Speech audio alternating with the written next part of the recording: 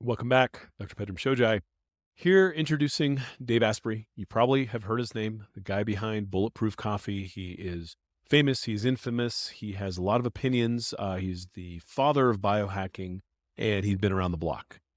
Very raw, very Dave Asprey kind of interview. And he does say things that might offend vegans. He was a vegan. He is no longer a vegan. He has strong opinions around that. So if you are sensitive around those issues, maybe you skip this one. If you want to hear his perspective, he certainly tells it. Enjoy Dave Asprey.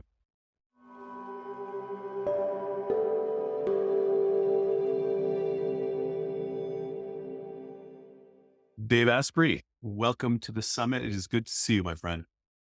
Pedram, great to see you.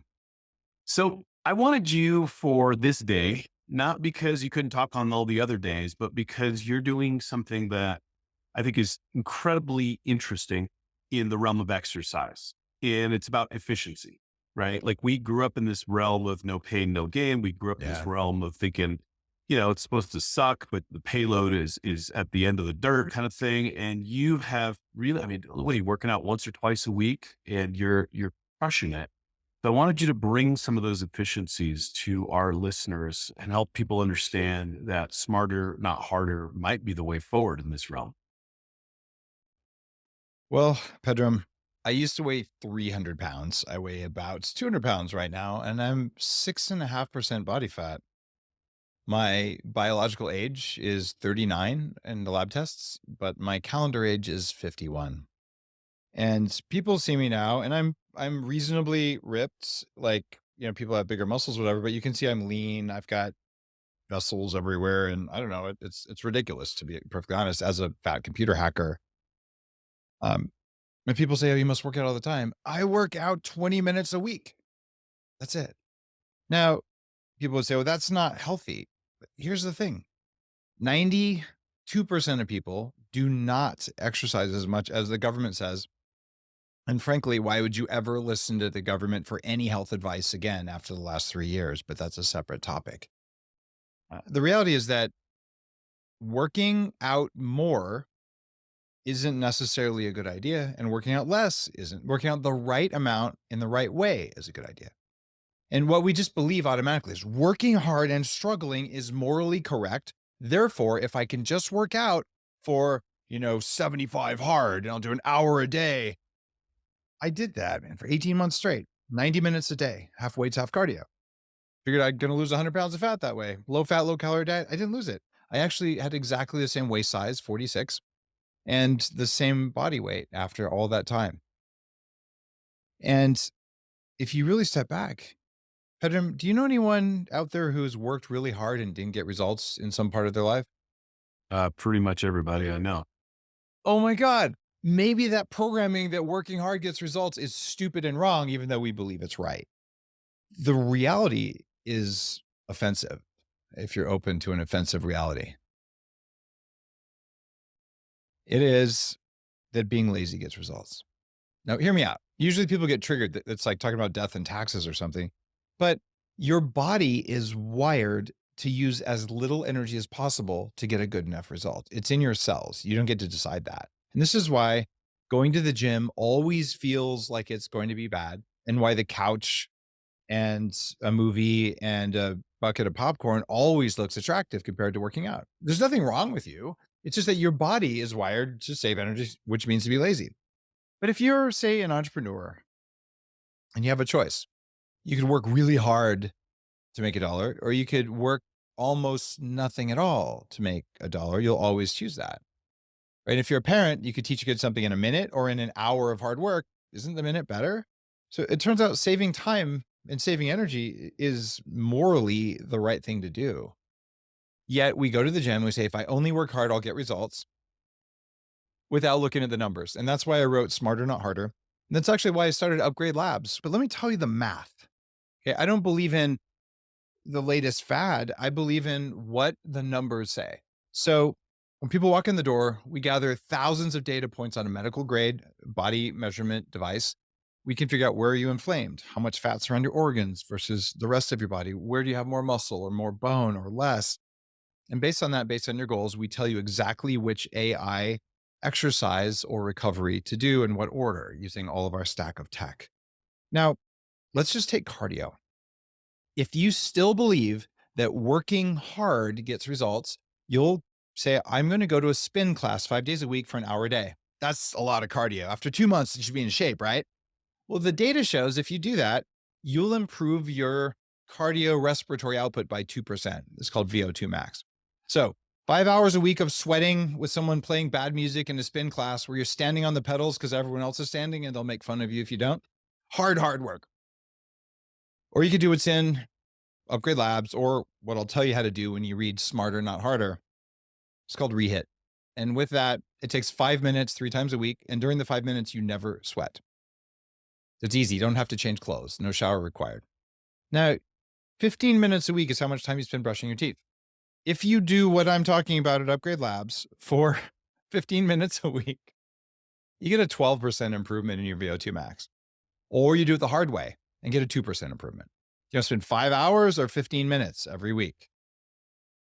You have an obligation to take that other 4 hours and 45 minutes, plus showers that you had to take that you don't have to take with what I'm talking about, and put it to good use. Maybe you could do that meditating. Maybe you could do that parenting or doing whatever is important in the world. But I promise you that sweating it out doing chronic cardio is, even though it's hard work and it's working hard, it's just not getting results.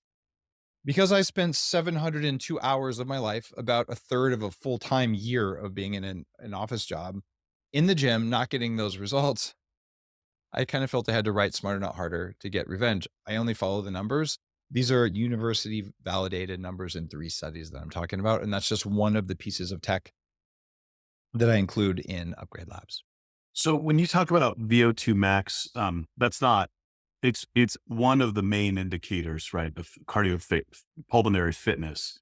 When you talk to the ex-phys guys, right, and these guys, they believe the same thing for the last 60 years, is, you have your resting metabolic rate, your active metabolic rate, and here's where you have to be. Here's your zone to burn fat, and here's how many calories you need to reduce in order to lose that weight. So talk to me about the conventional thing. Yeah, I knew you'd laugh. Fuck those guys, Pedram. They're I'm sorry. well, so They're here, let evil. me give you a story. I Yeah. went to, so, we moved to Park City, and, I was like, damn, I need to get a primary because if I need to order labs, I need a guy to do it around here. So they say, oh, we have a nutritionist here. You should see her. She's great. She was an absolute moron.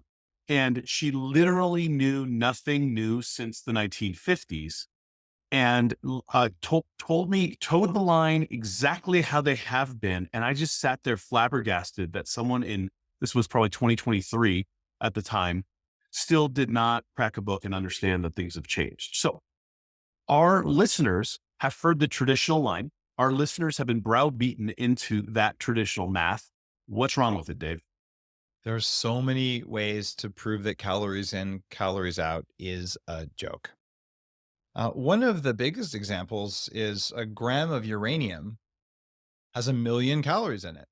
If you eat it, it'll kill you. So that's an extreme example, but doesn't that imply that different types of energy or different foods could do different things? And then, of course, the standard American dietitian responsible for bringing McDonald's into hospitals, that kind of dietitian, they'll say, yeah, but everyone knows you can't digest uranium, so it doesn't count.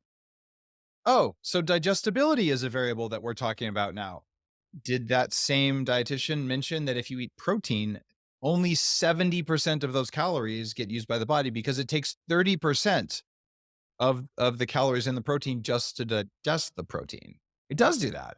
So all of a sudden, if you eat 100 calories of chicken or 100 calories of soy chicken substitute that's lower in protein and higher in carbs, they're not going to absorb the same way, and you won't even absorb the same number of calories. And then the other thing that just absolutely destroys these Luddite nutritionist dietitian people is a drug that we give to our cows if they're industrial cows. The drug is called Zeranol, and it's extracted from a strain of toxic mold that may be growing in your bathroom. And the chemical compound is called zearalenone. It's a naturally occurring synthetic estrogen, synthetic being that it's made outside the human body, but it is made by nature, that is 1,000 times stronger than human estrogen. When you put a little bit of that just on a cow's skin, they put a little waxy pellet in the cow's ear, the cow gets fat on 30% less calories. Now, if there's a drug that makes you fat on 30% less calories, we have permanently and completely destroyed the calories in, calories out model as a useful piece of information for human weight loss. On top of that, we also know that there's this weird thing called the thyroid gland that controls the thermostat in the body. People who have low thyroid function will gain weight on very few calories. Now, these same people would say, but their metabolic rate is lower. You say, yes, their metabolic rate is lower, but even if they cut their calories, if their thyroid doesn't work, they won't lose weight the same way if they lose weight at all. In my case, believing their disgusting view on reality that blames fat people for being fat, that's why I went to the gym for 702 hours on a low fat, low calorie diet where I just learned to feel just ravenously hungry all the time. I mean, really hungry. To say that's just a fact of life. Every time I feel hungry, I'm just going to say it's good because I'm going to be losing weight. I didn't lose the weight after 18 months. I'm sitting at Carl's Jr. and my friends who are thin are eating double Western bacon cheeseburgers and all this. And I'm eating the chicken salad with no chicken and no dressing because calories. And I just looked around and wait, I work out more and eat less than all my friends. And I'm still the fat one. And I just realized the advice is wrong. And it set me on this quest to figure I'm only going to do what works. It was part of why I created the biohacking movement. It's why I wrote Smarter, Not Harder. It's even why I opened Upgrade Labs, because you can go in there and we'll get the real numbers and we'll tell you exactly what to do if you want to lose weight or if you want to put on muscle or if you want to even make your brain work better. They're just entirely different stacks and they don't take a lot of time when you use AI, when you use science. But if you just believe this blind thing that says, well, you'll always lose weight if you stop eating. No. If you have toxic mold, if you have toxic metals, if you have metabolic dysfunction, if the part of your body responsible for burning extra fat can't do it because it doesn't have the right nutrition, it doesn't matter whether you send a starvation thing. You might die, but you won't lose the weight. So maybe we can do better. In fact, there's no maybe about it. At this point, I've helped people lose more than 2 million pounds, uh, 4 New York Times bestsellers about metabolism and mitochondria, and you still have these dyed in the wool people who make hospital meals for a living. They believe a calorie is a calorie. They believe it's fine for you to eat gluten because it's a plant protein instead of steak, which is not gluten. They don't even do the same things in the body. They believe as fat is a fat. They don't know that an egg yolk, which is traditionally the first soft food you would give to babies for the last 2,000 years, is the same as hydrolyzed soy protein, which is just MSG and causes massive behavioral disorders and probably type 2 diabetes when you give it to babies. What? Well, protein's protein, fat's fat. In this case, it would have been soybean oil, but you get the point. So what's going on here? We have a problem. And the problem is we're believing a false story and then we're building an empire of industrial food on top of it. We also built an empire of industrial exercise on top of it. So how about this? $400 million a year of ghost gym memberships in the US alone. What does that mean? It means people buy the membership. They don't go because your body and you know that it doesn't work very well. If you go consistently for a long period of time, you see a small difference. Or you can come into an Upgrade Labs. I'll take care of your cardio and the amount of time you brush your teeth. It's done. And you're going to get 6 times better results than the old way. Oh, and in that leftover time, you want to put muscle on 3 times faster than lifting up rocks, which is what you're doing at the normal. Yeah, okay, we can do that. Or maybe you wanted your energy back. Or maybe you just wanted to be younger. Those are things you can actually do in the time you now spend on exercise. So we are now at the point where a revolution in the food industry is happening. And if you get your food at least halfway right, there's a revolution in exercise that's coming. And it's the idea that working hard is stupid and wears out your joints, causes injuries, doesn't get results. Getting results in far less time actually gives you the best results of all. So let's talk about these levers. You'd mentioned toxicity. You had mentioned thyroid and metabolic dysfunction. Like, what are the major areas that are compromised in people that are trying to work hard and not seeing results in your experience? Thyroid's a major, major problem. And this happens for a variety of reasons. A big one is flame retardants are anti-thyroid. Those are just in your mattress. They're in your couch and the carpets. They're all over the place. They don't need to be there. They were put there by chemical companies to sell more chemicals because they changed some laws in the state of California a while ago. Then we have things like even chlorine that's in your water. that your thyroid gland needs iodine. We have massive problems with Hashimoto's, which is causing people to have slow thyroid function. I was diagnosed when I was 26 with having that, and that's tied to glyphosate. It's tied to poor nutritional habits and just autoimmunity in general, which is going up and up. In fact, it goes up in parallel with the number of injections that humans are getting. So it turns out that if you try to manipulate your nervous system in an artificial way, you might have some chance of also turning on autoimmunity, which is a bad deal. So, maybe that's the problem. It is that when your thyroid gland is low, and everyone has thyroid problems, we need to test that. The next one is your sex hormones. You might have seen the news that people today are at 50% of the testosterone level of people 30 years ago. Now, these same people, the same type of people who will tell you it's time for you to eat a bunch of garbage at the hospital, have a chicken McNugget and a pudding, and that's your dinner. Literally, that kind of thinking, they're looking to control your sex hormones. And they're saying, well, what if we just had the testosterone levels that you have and we just measured against everyone else your age? Well, given that we know we're all 50% lower right now, being at the average testosterone for your age today is meaningless. You compare it to old numbers, you're low. And when men or women get adequate testosterone for their biology, they can lose weight and put on muscle effortlessly when they exercise. If you're like so many people, oh, you enter your 40s or your 50s, and you're, God, I'm still working hard at the gym. Number one, stop that. Do the stuff that works instead of working hard. But number two, if you do hard or easy work and it's not working, it's probably number one, your thyroid, and number two, your testosterone levels. You replace those, and it's not that hard. And I'm doing my best to say I came from the worst possible background with thyroid problems, with testosterone problems, with massive obesity, with autoimmunity, all the bad stuff. And then walking around in 20 minutes a week with a six pack and with just a crazy physique. It's better than I've ever had. And it's just because I only want to do what works. So those are the two things. Get your energy hormone tested, thyroid, get your sex hormones tested, testosterone and estrogen and things like that. And magically, when you put in an ounce of work in a way that sends a signal to your body to improve, and then you put in another ounce of recovering and returning to baseline relaxation quickly, body just gets this message, oh, I have adequate nutrients, I have adequate minerals, I have adequate protein from animals. Oh, look, there was a tiger. That's you on a treadmill for 5 minutes. And then you got away and you're safe. That's you getting off the treadmill instead of getting on another treadmill and then doing some deep breaths. In my case at Upgrade Labs, we use AI to guide you to more quickly lower your heart rate. So the body goes, oh, look, tiger almost got me. I'm safe. I'm fed. Let me transform and become stronger in case there's another tiger. That's the only signal you need to send. But when you go and do a spin class with plateaus and multiple hill climbs, here's the data.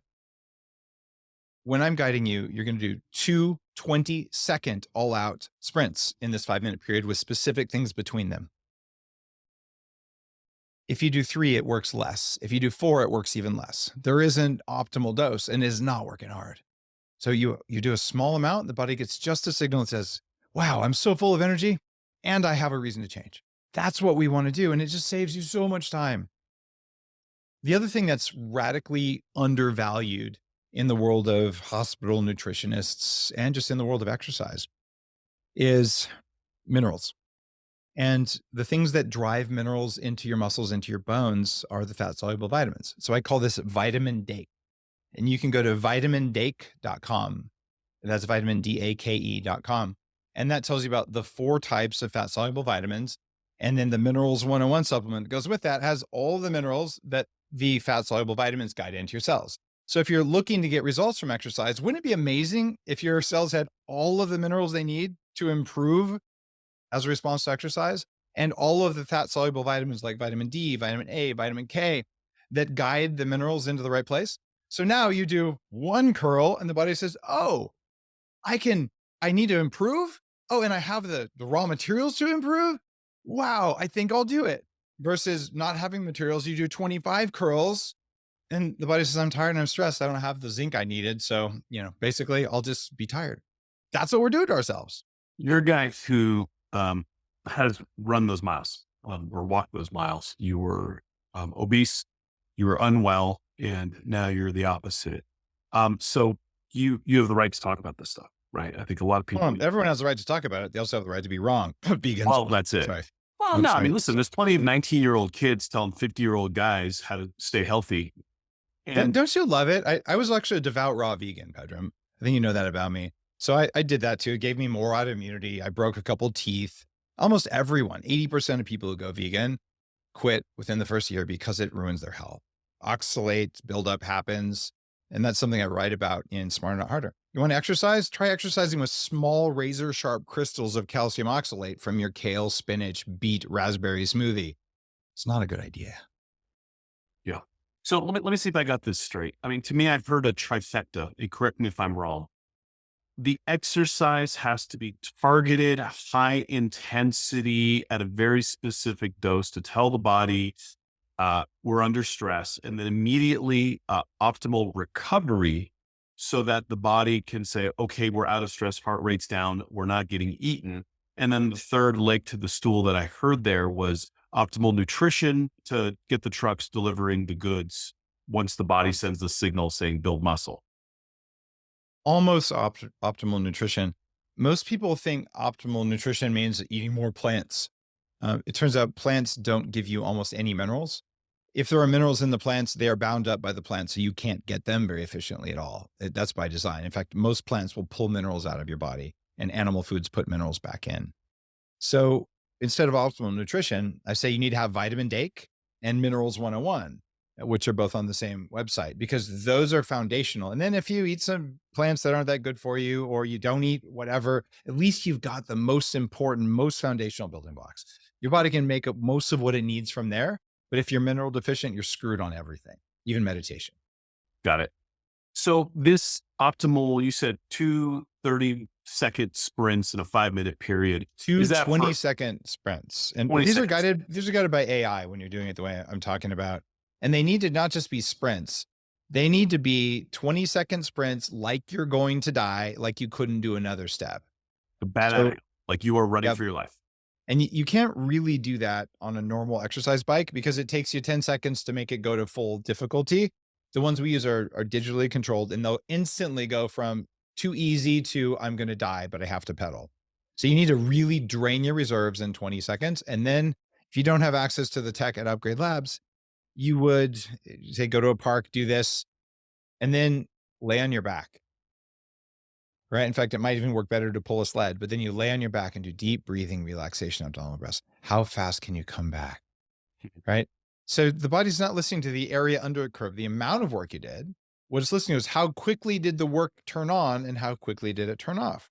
And that signal is so much more powerful than the amount of work you do that it becomes dumb to do a lot of work in the gym. You should be doing the right amount of work.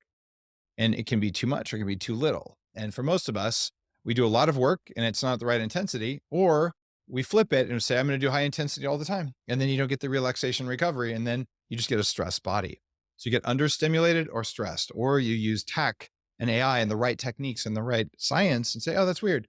Took a lot less time. Took my vitamin D, ate a burger. I'm good. When you assess what the recovery heart rate needs to be, is that individualized based on their adrenals, based on something on their profile? Yeah. What is that? It's all based on real-time data on that piece of equipment. We're using electricity to assess thousands of medical grade parameters in your body, including metabolic functions, cell respiratory health, like a lot of very detailed stuff. That gives us some information. And then when you start doing our AI bike, we end up gathering your baseline heart rate, and we're looking at the change in your heart rate versus a specific heart rate. So it could be different for you each time you come in because you don't always come in the same way. One day you're blown out from jet lag. The other day you got a great night's sleep. You're a different person each day. You need different stimuli in order to get the same results. Got it. Is this heart rate variability? Is this something else? It's not heart rate variability. It's something else. Okay. Okay. All right. Now, so for people who can't get to one of the labs, for people who can't afford the high tech, heavier lift, how do they go about this? How do they know that they've recovered before they sprint like crazy again? If you wanted to replicate this in a park, you would, and watch out, you need people to maybe be there with you because you're going to look a little bit funny. So you walk for a little while, so slow that people think you ate 6 edible gummies. You're just like painfully slow, slower than you like. And then with no warning, something beeps in your pocket or you set an alarm, and then you just start running like you're going to die. Or better yet, put a sled on, a weighted sled. So you're going to run for 20 seconds, just pushing as hard as you can. And it needs to be like you're going to die as fast and as hard as you can. And after 20 seconds, the timer stops, and you drop to the ground on your back, deep, slow breaths for usually a minute. And it could be up to 2 minutes. So we'll just be safe and say 2 minutes. Then you're going to get up slowly. So your heart rate doesn't rise so much. You're going to walk just for another minute or so, and then do it again. And then you're going to drop and do those exercises, deep breaths for 2 minutes.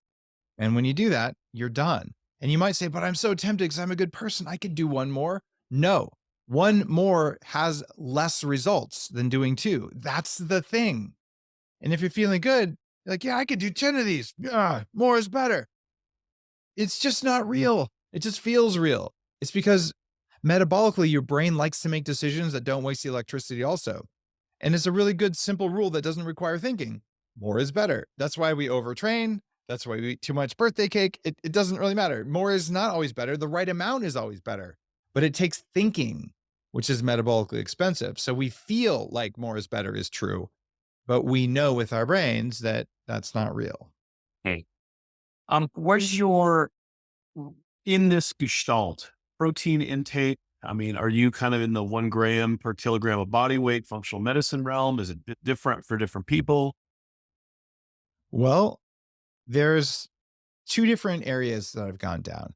There's a meaningful body of research that I wrote about in my longevity books. I wrote one of the preeminent New York Times bestselling longevity books called Superhuman. And if you read any book that came out in the last 2 years, they're using the same framework from Superhuman about 4 killers and 6 or 7 pillars of aging. And there's some research that shows 0.6 grams per pound of body weight, not per kilo. Mm. That there may be an aging sweet spot for that. Since that time, though, I've tested a bunch of different things and some new studies have come out. And I am in the 1 gram of animal protein per pound of body weight. And I am sorry if you're a vegan and you're listening to this and that triggers you, but animal protein from ethically raised grass-fed animals kills less animals than vegetable protein. Vegetable protein is maybe 30% as available for you. So you're going to have to eat industrially processed vegetable protein at 3 grams per pound of body weight to get the same results. You probably can't fit it in your stomach. And if you do, your kidneys and liver will probably hate you. So sorry, plant-based protein is just a bad idea. Pea protein is not special. Neither is soy protein or corn protein or wheat protein or any of that stuff. Eggs, dairy, and meat, if you're not allergic to them, are the things that work best. 1 gram per pound of body weight also supports longevity. There's a big movement of propaganda afoot right now to convince you that there's a carbon issue. They forgot the point that when humans eat plants, they also produce methane. Blaming the cows is dumb. They just want to treat you like a cow. Same methane either way. Mm. Mm. Yeah, it's a big fight. It's a big fight and it's very contentious. There are a lot of really nasty stones being thrown. Some of it is political, some of it is environmental, some of it is just fundamentalism. Yeah. And so you have obviously landed on the animal protein side. You've seen it. You've seen the data in your labs that suggest this is what works better for humans. I've also been a devout raw vegan. Like I can outsprout anyone listening and I can blend a vegan cashew cheesecake, whatever the heck. Like I have lived this life. It doesn't work. It might when you're in your 20s until you load your tissues up with oxalate and deplete all your minerals and break all your cell membranes. And then when you're 30 and your skin is bad and you have dark circles under your eyes, you'll be one of the tens of thousands of vegan influencers announcing that you went back to eating animal protein because that's what your body wanted. You just burned out your energy in your 20s by falling for propaganda. Mm. How do you clear the oxalates once you've already taken them on? Is it hard to get out of the system? It is very difficult to get rid of oxalates. And for listeners, oxalates are a class of plant protection compounds that will affect your exercise as well as your quality of life. They build up over time. Sometimes you don't feel them for 2 or 3 years. They're most famous because 70 to 80% of all kidney stones are caused by plants, not by animals. And the incidence is rising. And spinach, kale, raspberries, even beets, almonds, A lot of the superfoods are very high in this. And what they do is they bind to minerals in your body, form razor sharp calcium crystals that move around and wreak havoc. And if you exercise or you eat even without exercise, you eat a certain meal high in those things, you wake up the next morning and your hands are stiff, joints hurt, low back hurts, muscle pain, tension, neck pain, brain fog. That can all be from little bits of razor sharp calcium floating around in your body. I hope you're enjoying the interview. Obviously, Dave is Dave, and Dave has a lot of opinions. Dave has also lived this life. He has been through a lot, and there's a reason why so many people love him and hate him because he is going to tell you what he thinks. I appreciate that about people in this world. If you haven't upgraded to the full package, please consider doing so. We have functional fitness videos. We have all sorts of practices that you can do to get yourself functionally fit so that you can sprint till you can't sprint no more. I do want to make sure that no one gets injured, and we've included a number of those resources inside the upgrade package. Highly recommended. So to get rid of this, it's difficult. Increasing your intake of biotin can help. Where do you get biotin? Egg yolks, not egg whites, but you don't get biotin from your plants. Sorry, guys. Then you look at what else can you do? You would take citric acid or citrate. You can take lemon juice. We're talking about doing this over the course of years because it took you years to build up to the level you got a kidney stone. Like what was it? Was it Chris Helmsworth or Liam Neeson? One of the recent guys just got kidney stones. Went vegan, got kidney stones, stopped being vegan. Happens over and over. But it's not just that; it's gout that's caused by plants, not by animals. And you don't see this in the vegan Netflix propaganda stuff or game changers or any of that. This stuff really does wreck people's biology. So get it out. You do that over time. And it takes a long time. And if you get enough citrate in, you'll actually see, like I did, I'm halfway through getting rid of the oxalates. When you wake up in the morning, your pee is cloudy because your body cleared the oxalate. And if you do it too quickly, you get all of the symptoms again. You get the deep pimples in your skin. You get the joint pain because your body's getting rid of the oxalates too quickly. So it's one of those things like getting toxic mercury. It takes a while to get rid of it. You just got poisoned by your plants. Not all plants have oxalate. Coffee doesn't have oxalate. Blueberries, organic blueberries have very little. So it's not like all plants are bad. Arugula is 10 times better for you than spinach or kale, which aren't even good for you, right? Still a leafy green, still dark green. It just didn't have the bad stuff. And that's smarter, not harder idea. Okay, you want something green for polyphenols? Eat oregano. It's got way more polyphenols. You want something bigger in green? Eat arugula. But don't eat the spinach because it's dumb. So some of these things is a crossover. I mean, arugula is high in nitrates for your nitric oxide. So are beets. But then beets are also high in the oxalates. So, you got to be able to cipher out what's going to be good for Yeah. what pathways in this. You do. And it turns out almost all beet products don't even work with nitric oxide production. And this is validated by Nathan Bryan, who's got a machine that shows nitrate production. It's because the beets are inactivated either by cooking or by the processing for beet powder. So I'm highly skeptical of beet products. You might get some benefits from boiled beets. You just get a ton of oxalates. So eat the arugula. Like you want all the benefits and none of the pain. And Mhm. right now, most, especially dietitians, it's like, eat this because it's loaded with is marketing terms. It turns out no plant is loaded with nutrients compared to a multivitamin. So like, can we just stop saying bananas are loaded with potassium? They're loaded with carbs is what they're loaded with Mhm. and a trace amount of potassium. I've had 10 bananas worth of potassium so far in my nutrient supplementation and smoothies today, but I didn't eat any bananas. So if I did eat the bananas, I would probably be really bloated right now. Like that's just too many bananas. Yep. Yeah. I mean, that's like diabetes. Mm. The idea that food is being marketed. I mean, you get your calcium from your milk products, your vitamin D is enhanced and all that. You like dairy. You don't like, I like grass-fed dairy if you're not allergic. By the way, I'm allergic to most dairy. I can do sheep yogurt and it's great. But if you do industrial milk, especially powdered milk or non-fat milk, it is absolutely bad for you. You can get raw milk and you're not allergic, it's probably really good for you. So it's very nuanced. Same thing with beef. Industrial beef has a lot of problems, including things most people haven't heard of, like that zearalenone or maybe the formation of amyloid plaque, things that are tied to aging in industrial beef that's not present in grass-fed beef. So beef is not beef.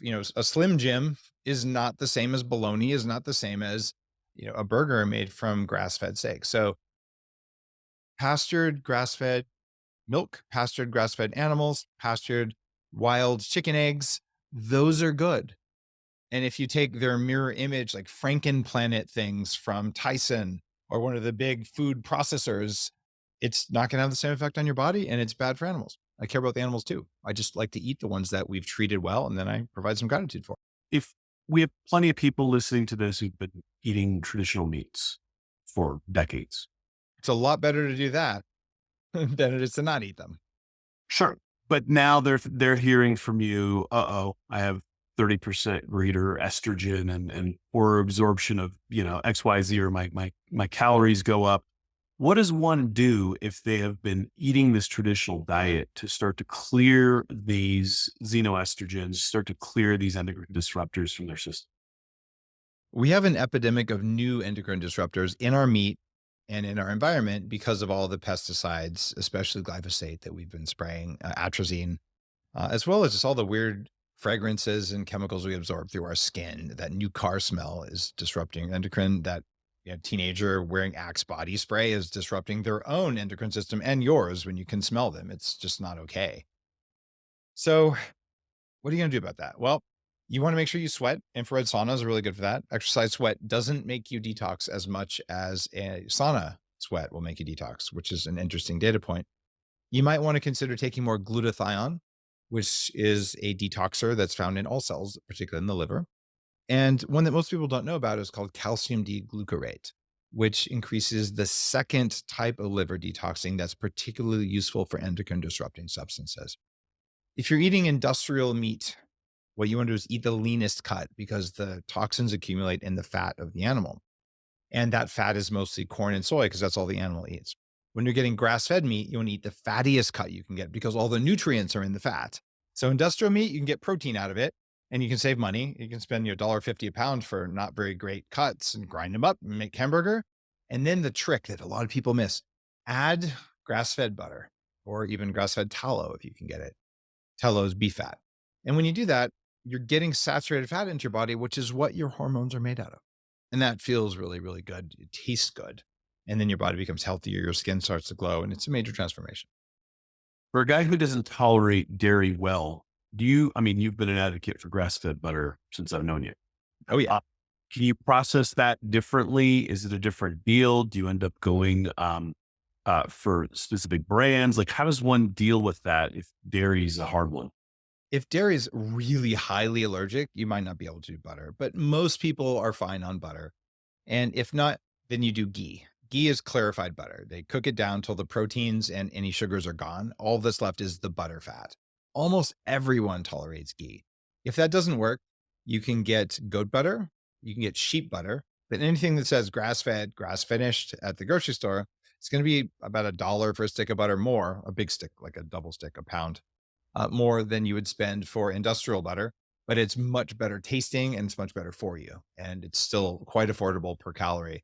One of the most expensive foods you'll ever buy at the supermarket is kale, fresh kale, because it's going to cost you like $6 and there's 40 calories in there. And $6 will buy you 1,000 calories worth of butter. Yeah. Well, and if you come from the school of thought where calories are bad, then you are thinking in that direction and you're being duped into all of it.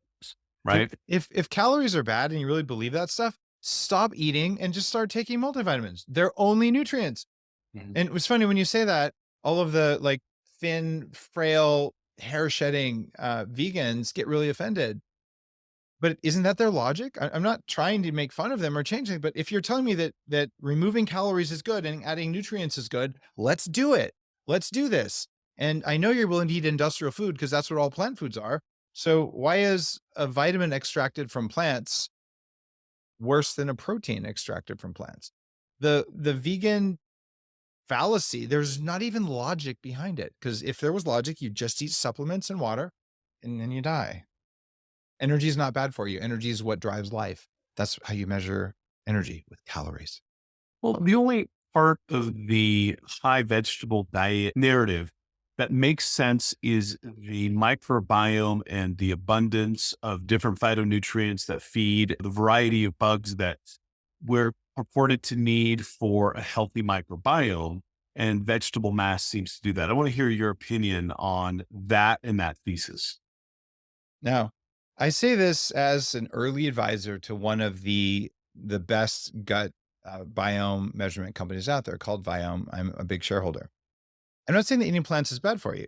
I'm just saying that if polyphenols, which is what everyone's talking about there, are important to you, herbs have 10 or 100, even 1,000 times more polyphenols than a bell pepper, which is causing about a third of all rheumatoid arthritis because it's a member of a class of plants that really aren't that good for most humans.